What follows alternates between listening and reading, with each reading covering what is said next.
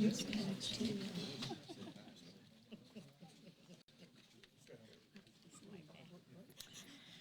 morning. Today marks the one-year anniversary of Joe Biden's swearing in and the one-year anniversary of one-party far-left Democrat rule in Washington. And the results are clear. America has faced a year of unprecedented crisis. The American people are facing an economic crisis, an energy crisis, a border crisis, an education crisis, a crime crisis, a worsening COVID-19 crisis, and a national security crisis. These crises are a direct result of the failed leadership and the far-left socialist agenda of Joe Biden and congressional Democrats. In Biden's economic crisis, wages have decreased 8 out of the 11 months since he took office, and inflation has skyrocketed, with 2021 being the worst year for inflation since 1981, before I was born, which makes my colleagues laugh and makes them feel older. Democrats have also enacted an anti-energy agenda that has caused energy prices to skyrocket, raising the national average for a gallon of gas to the highest price since 2014. Under Joe Biden's failed leadership, remote learning for many students is becoming the new normal. Failing to deliver on his promise to reopen schools in his first 100 days, Joe Biden and his administration are leaving kids behind. Joe Biden also promised to shut down the virus. House Democrats once again failed, and Americans are struggling to find tests as the pandemic worsens.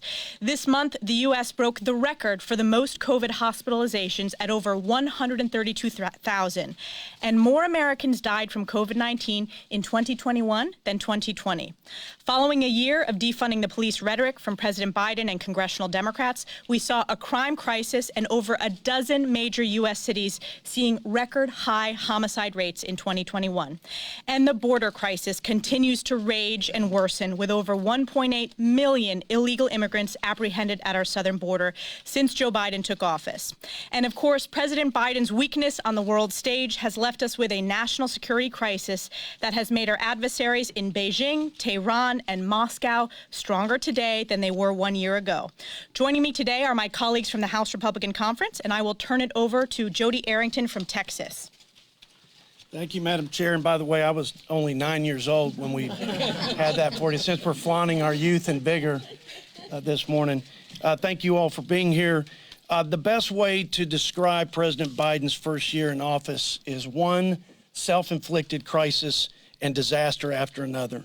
From chaos at the southern border to rampant crime throughout our cities, from the botched withdrawal in Afghanistan to a bungled COVID response. Unfortunately, Biden's economic policies and recovery plan has been no exception, characterized by incompetence, incoherence, and irrational policy decisions, and the results have been devastating for our country. In the months after COVID hit our shores, we all worked together with our Democrat colleagues to pass legislation and provide relief to our fellow Americans, our fellow families that were struggling, and our small businesses and the frontline workers.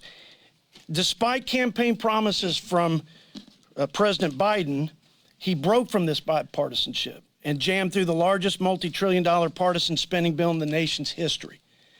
Disguised as COVID relief, when the vast majority was not going to COVID, hundreds of billions of dollars were going to bail out blue states and Democrat union bosses, giveaways to green industries, and a parade of Democrat pet projects. Buried in this borrowing and spending mania were progressive policies that sideline labor, paying people more to stay at home than to go back to work, and stripping work requirements from welfare programs. On top of this unbridled spending, Biden launched unilateral assaults on oil and gas, choking the lifeblood of our economy and crushing consumers with high energy costs when they could least afford it. And as if that wasn't enough, Biden's liberty-infringing vaccine mandates forced millions of American workers to retire or be fired. All these taken together have created an unprecedented and unnecessary economic crisis. Inflation surging to a 40-year high, real wages plummeting, robbing working families of the thousands of dollars that they desperately need. 1 in every 5 Americans can't afford to heat their homes. And with millions of Americans unemployed, a stagnant workforce participation, small businesses are still struggling to hire people and to keep their doors open. The president made what I believe is a disconnected and outlandish statement yesterday. He said that we've made enormous progress. He said that we're better off today than we were a year ago. Mr. President, tell that to the working families in West Texas and throughout this great country who are living paycheck to paycheck and struggling, even before COVID, to put food on their table, gas in their tank, and keep the lights on in their homes. Tell that to the millions of hardworking Main Street business owners who have had a help wanted sign hanging on their door for the past year and risk losing their lifelong dream. Mr. President, tell that to the farmers and ranchers in West Texas who can't get their products to market, can't get parts for their tractors, and they can't afford 300% increase in seed, fertilizer, and other input costs. Mr. President, stop blaming everyone else.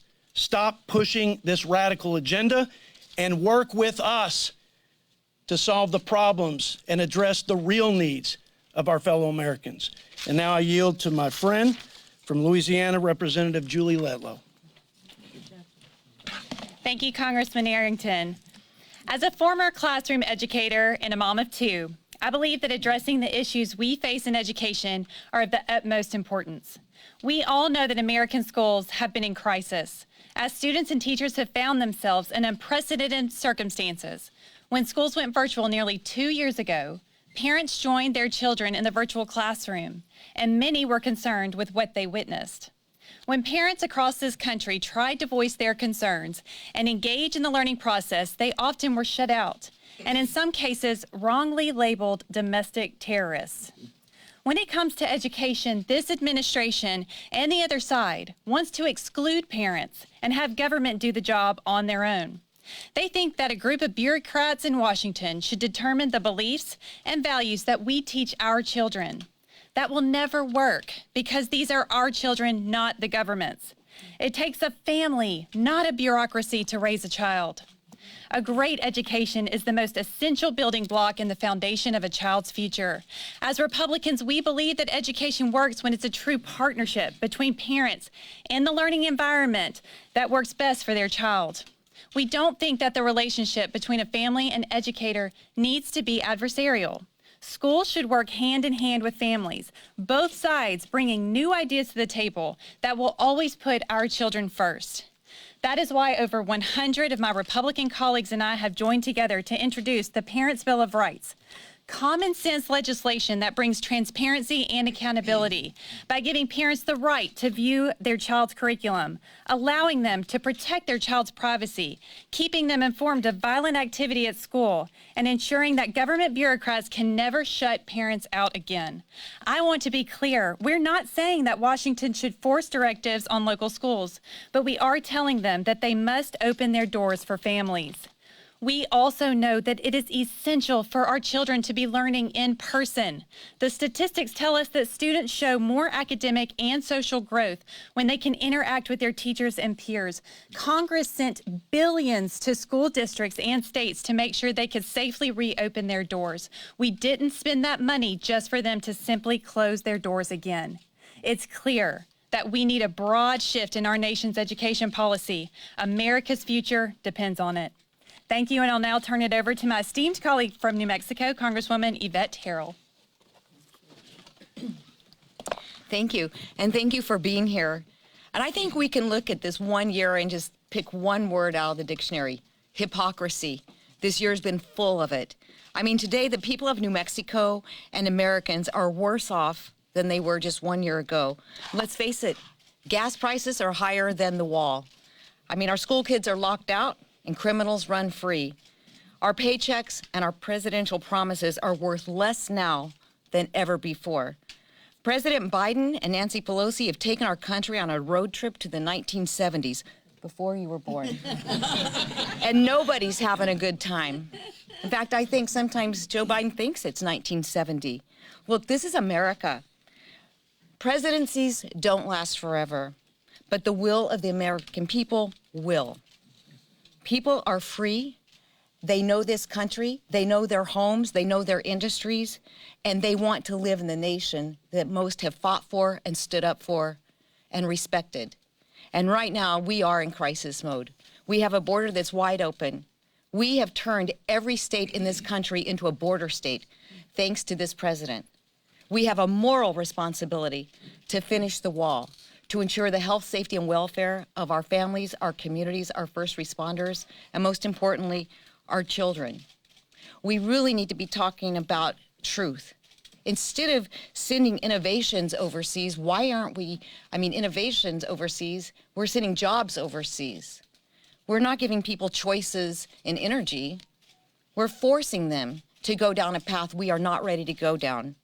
And we have a responsibility to bring every single American home from Afghanistan and protect every single American on our soil. So looking back at this year, what have we got? A whole lot of nothing. But we've got people that have the ear of the American folks. Our constituents are telling us daily, they're feeling the heat. They're paying more. They're making tough choices now. Is it food or is it medication? Is it heating their homes or is it trying to put gas in the car? We're here on behalf of our constituencies, and we're here on behalf of this country because we are the voice of those with more common sense than what we see in the White House right now. So I am pleased to stand here ready to fight for our freedoms with my colleagues, and I hope that 2022 will be a much better year, especially in November. That's my favorite month.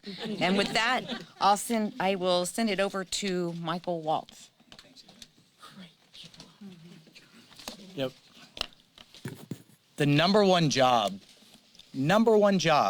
of the commander-in-chief is to keep this country safe. And yesterday, Joe Biden literally threw the Ukrainian people under the bus by hedging and essentially, according to the Ukrainian foreign minister, given the Russians a green light and given Putin a green light if they only make a minor incursion. Words matter when you're in this type of crisis, and words matter when you're standing at the presidential podium.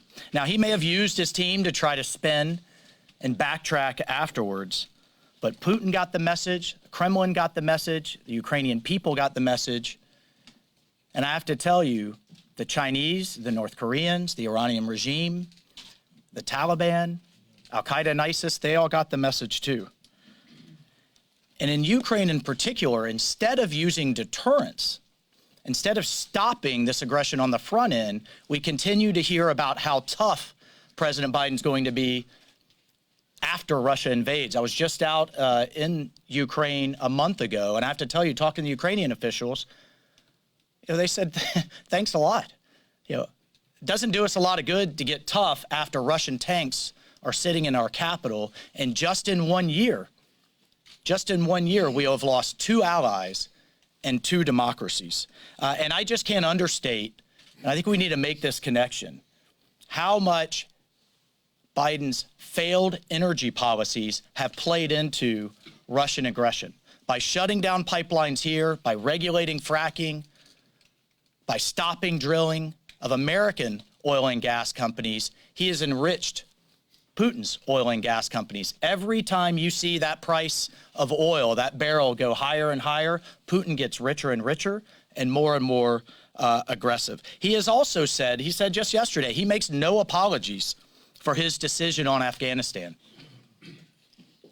I can think and point to you right now, tens of thousands of Afghans, freedom-loving Afghans, who stood with us against extremism. They deserve an apology. The 13 Gold Star families that weren't able to spend this past holiday with their loved ones, they deserve an apology. Our closest allies who are being hunted down as we speak, I just received a beheading video this morning. There's a veterans group who's over there right now trying to save these people on their own dime with their own aircraft because their government won't help. They deserve an apology. And the millions of Afghan girls and women, they deserve one too. Afghanistan's on the brink of starvation. Just 6 months ago, these people, under an imperfect government to be sure, were standing with us against extremism in line with our values. Now it's a terrorist superstate led by a Taliban caliphate, and the intelligence is clear. Al-Qaeda and ISIS are developing the capability to once again strike the homeland in just under 1 year of this Biden presidency. Meanwhile, Iran is on the march to a nuclear weapon. We've gone from Abraham Accords, historic, amazing steps forward towards peace, to rockets flying onto Israeli cities. In China, we're on the verge of sending our athletes and companies to Beijing and flying the American flag, giving the Chinese Communist Party this global propaganda platform with nearly 6 million people dead around the world from COVID, not to mention nearly 1 million Muslims in concentration camps undergoing forced rape, forced torture, and forced extermination. It's an ongoing genocide as we speak, and a diplomatic boycott is just a joke. Meanwhile, in the middle of that, the Chinese Navy is now larger than ours. Their Space Force is launching more into space than the rest of the world combined, including the United States. And we get from Joe Biden a defense cut with including inflation. And I'll just end with this. I think this president has the worst human rights record of any modern American presidency. And you may think that's an over-the-top statement, but when you have, according to international NGOs, 30 to 40% of girls being sexually assaulted or sold into human trafficking on our southern border, when you have, again, the forced rape, mass rape, and sterilization of women in the Uyghurs, just ask the Afghan girls and just ask the Cuban people who heard nothing but silence from this White House as they stood for freedom. America and the rest of the world deserves better, and they deserve American leadership. Unfortunately, we're just 1 year in. We have 3 years to go, but I don't think we can realistically expect anything but more of the same, because the same team that was around then Vice President Biden and around Obama is now leading our national security approach, and it is a fundamentally flawed approach of America last and concessions first.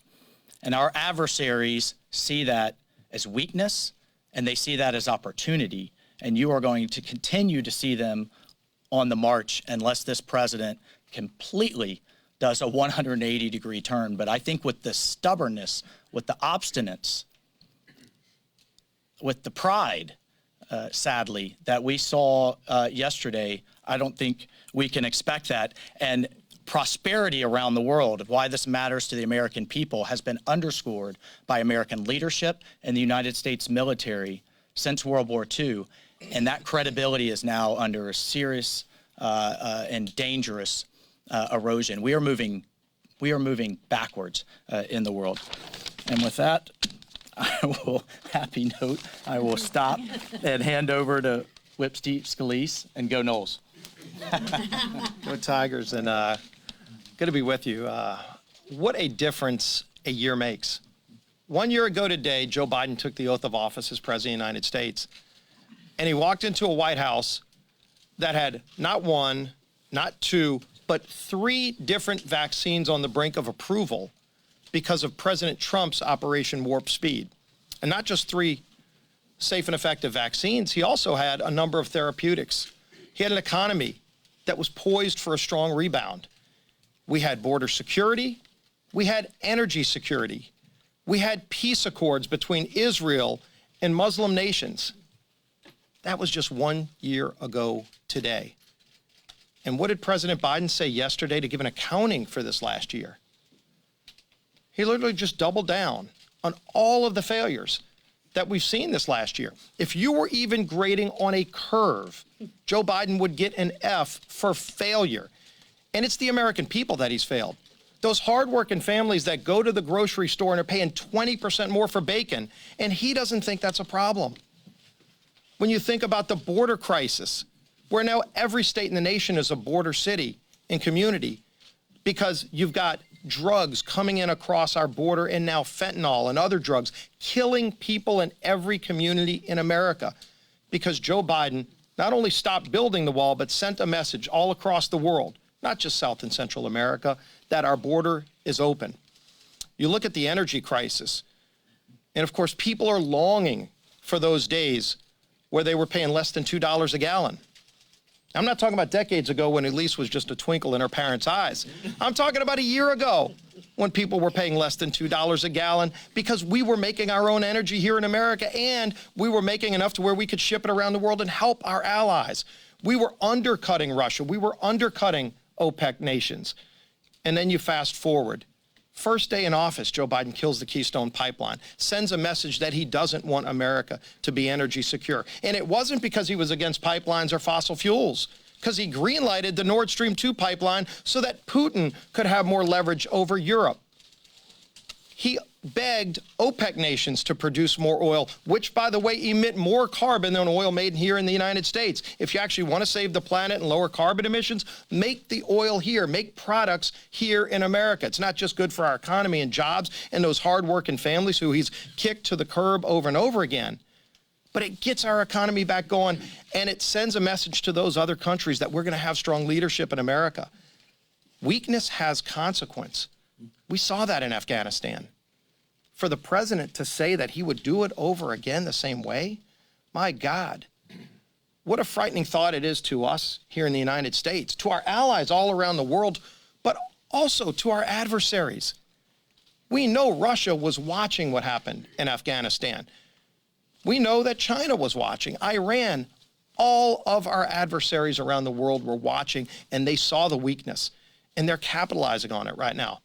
Do you think the strong, wonderful people of the Ukraine think it would be a minor incursion if Putin moved tanks into Ukraine, even a piece of the Ukraine? Of course they don't, but he does. And by showing that weakness, it has costs all around the world. Americans are tired of paying the price for this president's failures. They want and know what's better for America. We as House Republicans are fighting for those hardworking families too. And we're going to be rolling out a bold agenda to confront the many crises that Joe Biden has created. How to restore freedom, how to restore opportunity, how to restore hope for people who have given up. That's what we stand for. That's what we're going to be fighting for. And we're going to be rolling that agenda out. And as we work to take back the House, to finally put a check and balance on this failed Biden administration, our leader has been relentless in leading the charge and pointing to that better place, that shining city on the hill that we will get back to, because America is still a great nation, but we're a nation that has real troubles right now because of Joe Biden's failed leadership. Our leader who's going to lead us back to the majority, Kevin McCarthy.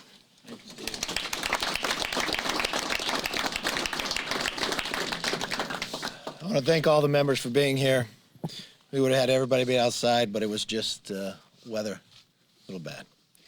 If you go back 1 year ago, it wasn't just the swearing in of President Joe Biden. It was the majority of the Democrats having Congress and then having the Senate. One party, socialist rule for 1 year. No one thought we could do that much damage in that short amount of time. I listened to the president yesterday for nearly 2 hours. For 2 hours, he blamed everyone but himself. Biden used to say the buck stopped with him, but not anymore. This isn't about the president. This isn't about the Democrats. This should be about America. The Americans out there that have worked hard, they've gone through a pandemic, a rough economy. You would think they would focus on them.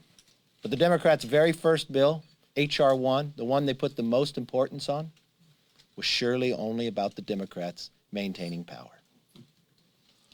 If we look at the accomplishments, we got an economy that is damaged. We've got cities and streets that are dangerous. We have adversaries that feel emboldened. Is that a good song? I thought it was Lee Greenwood. We got a border that's not secure. It's not just 1.8 million people coming here illegally. It's the fentanyl that's coming across. It starts in China and comes into America. It doesn't stop along the border cities. It goes to every reach in every city across America. There's enough fentanyl in America today to kill every single person 7 times over. Or maybe you ask the question, not just would the president or vice president go visit the problem, but where are these people coming from? 160 different countries. There are people that are on the terrorist watch list that have been caught coming across this border. Why are they coming here? Who are they talking to? And what do they have planned? We watched another year where our schools are being shut. We go into the grocery stores in America and you wonder where you are because there's nothing there to buy. But a president who brags about what he did with the supply chain. Ships are still waiting on the outskirts of California. We pay more for gasoline with the projections only to go higher. The answer from the Democrats and the majority is to look to OPEC, not to American workers who could make us energy independent, as we've proven before. This is what we've gotten in 1 year. But an interesting question that the president asked yesterday as he blamed everyone else. He asked, what are Republicans for? We want to answer that question for him. We're for kids in school. We're for food on the shelves. We're for America independence and energy, lowering the gas price so it doesn't harm us. We're for stopping runaway spending so we don't create inflation like they have. We're for a secure border with an immigration system that works. We're for a world that is safe. We want our streets back. We want security and we want safety. We don't want another headline what we read in California just this week. A young UCLA student. All the hopes and dreams of the future. Being murdered by somebody out on bail. Same majority that raised money to get people out on bail. I think America deserves better. And we will work with anyone that wants to do that. I was most concerned about not just the president continuing to blame everybody else, but I cannot imagine, based upon the president's own decisions on what he did in Afghanistan, to look the American public in the eye and I quote, I make no apologies for what I did. For what he did. He promised the American people he would not leave till all Americans were out. He closed Bagram first, let the prisoners out, and now we have 13 Gold Star families. They deserve an apology. The president said on Ukraine, a minor incursion.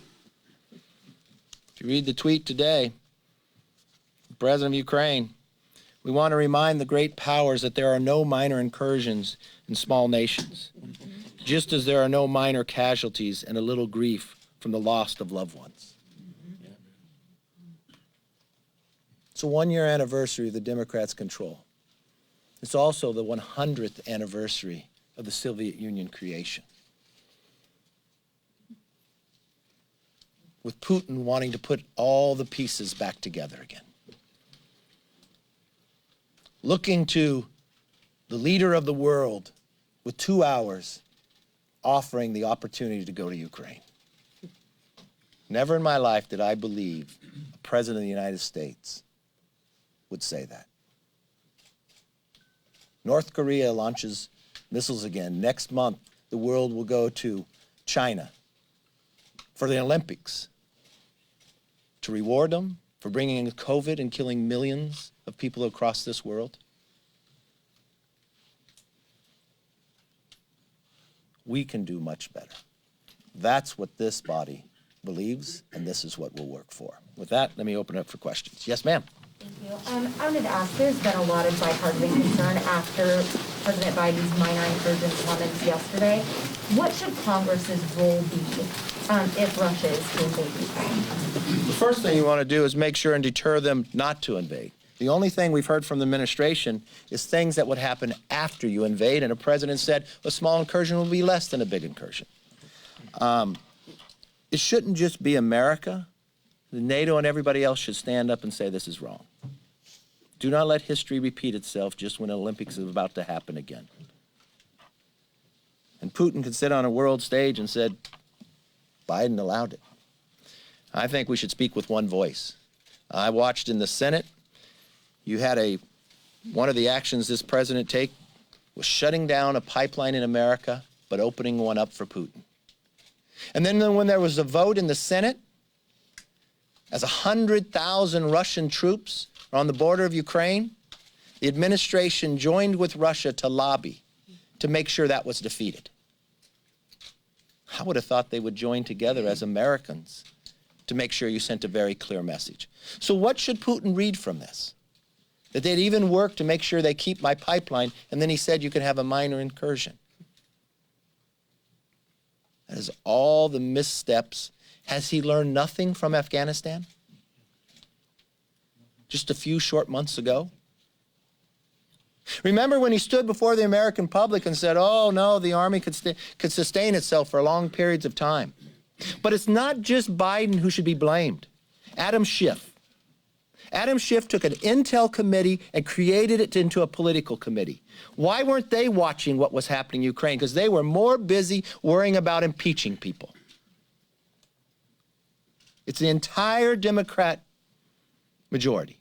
And what's so interesting, if you want to know if they're proud of what they've done, why are they setting new records with retirements? Because they don't want to stand up to the American public. They, too, don't want to say the buck stops with them. Yes, ma'am. When you're talking about responding with NATO and everything, are you for sending combat troops, U.S. combat troops, to Ukraine if Russia does invade? Russia doesn't. You know what you should do if you want Russia not to invade? Give them deterrent not to do it. You've got the ability to put weapons. You've got the ability to put individuals in a place that would say this would not be the place to come. Why are we talking about everything after they do it? Because after they do it, you can't put it back in the bottle. I would think we should speak with one voice. But the voice that the president said yesterday is not the voice I think any other American would speak with. That's right. Yes, sir. So yesterday, the president, speaking on opposition from Republicans, asked, what are Republicans for? So your reaction to him saying Republicans are refusing to work across the aisle with this administration. Second question, are there... Let's back up. Where did I say we refuse to walk across the aisle? So let me walk you through what has happened in the last year. The number of letters, first when the border became a major crisis because this president changed the executive orders. A number of us went down to the border, I believe, in February.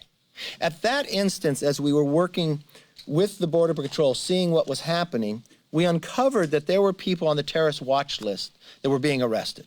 We said in a press conference, the Democrats challenged us, said I was lying. We found out it was true. We sent a letter to the president, since he's never been to the border except in his 40-some year of elected office, drove by San Antonio one day. We said, let us come down and meet with you. Didn't respond. In every single issue, not just the border, the mandates, the inflation, transportation, others, we said, let's meet and work with you, Mr. President. Because we listened to his words 1 year ago today where he said he would work with both sides, that he was going to be a president for all. No. Everything he has done is to have one-party rule, one side vote for it and deny. When he talks about Build Back Better, has he ever met with us about it? No. But please, go on with your question. Well, that's the second part. Are there elements of Build Back Better that your caucus would support, like universal pre-K, for example? Well, let's take an example of the president coming into office. Prior to the president in office, we were in a pandemic. Every single bill we did dealing with COVID was bipartisan. We sat in a room with leaders on the other side, administration, and we worked it all out. The minute he became president, and they controlled the House and Senate, no longer were Republicans invited into the room. And what's the first thing they passed? Purely on partisan basis, $1.9 trillion. Put that in perspective. When the financial markets crashed and we needed to fund the economy, we were talking about $800 billion, $1.9 trillion after we had passed all the other bills, with only 9% going to COVID. They wanted to do it only on party rule. We warned them then that you would create inflation. 1 year later, we were right. 1 year later, when we need tests that he was going to promise, they weren't a part of that. More Americans have died from COVID last year than the year before, and we have vaccines. This is a president that quoted in his campaign, if you reached a certain level of casualties, the person shouldn't maintain being a president. Every action he's taken has been partisan. Every outcome, we have warned him prior to taking that action what would happen. Yes, sir. Perhaps a question for the conference chairwoman, but Sure. over the last couple of years, a lot of members of the conference have been critical of the proxy voting, saying it wasn't right. But now you get members of the conference using the proxy voting. Have minds changed about whether it should be used or not? You go right ahead. These are rules that Nancy Pelosi has put into place without any discussion with Republicans. These are the rules of this House. One rule, another that is unprecedented, is not allowing all reporters in this room. She has run this institution like an authoritarian leader. When it comes to proxies, the Republican majority, and I don't want to speak for the leader here, but we believe in in-person voting. When Republicans win back the House, that's what we are committed to. Do you have used the proxy voting, though, ma'am? It's the rules of the House. It's the rules of the House right now. So have a number of colleagues on both sides of the aisle. These are the rules that Nancy Pelosi sets. She sets the mask rule. She sets the magnetometer rules. I oppose both of those rules, but we use them. I use those rules because those are the rules that she has set. Thanks. Let me tell you, when Nancy Pelosi took in the House, this Congress, she changed the rules of the House that never happened before. I think the American public, just as we honored those in the health field, the grocery store, the truck driver, that they would continue to work, I think they'd expect their leaders to work. What happens when you do proxy voting, and how it was created at the very beginning, is if you had a problem with COVID during that time period or others, what we have found is members use it for other reasons, but they're not here to work. She also passed a bill that for the first 4 months, no bills had to go through committee. She then also changed the rules that the minority could not have an amendment, a motion to recommit. All things that have been around for the history of Congress. Why? Who does it empower? Her. She has all the votes in her pocket. You don't take a bill through committee. You get greater control. So when we talk about 1 year with one party control, it's something that we've never seen happen before.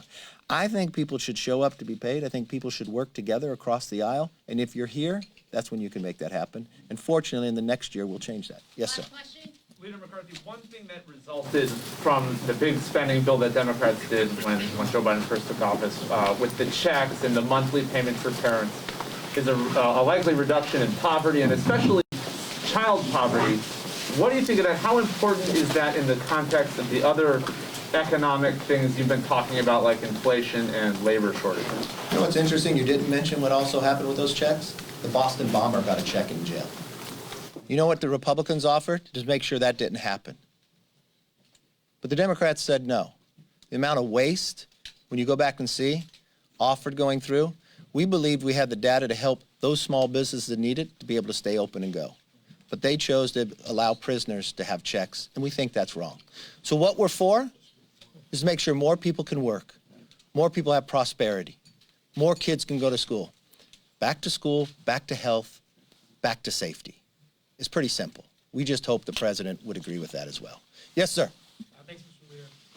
On the Senate side, there seems to be some bipartisan momentum for reforming the Electoral Count Act. I think some members of your conference have also possibly expressed interest in doing that. So I was wondering if you could characterize how real that momentum is, what the likelihood of that is, and if there is support for it, is that in a way an acknowledgement that some members of the conference either abused or at least tried to get around it last year? I'll take the end of your question first. No.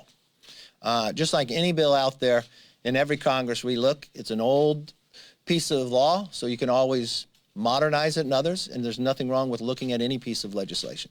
I would think we'd look at a lot of things to make things accountable from that perspective. So thank you all very much. Have a good weekend. Thanks.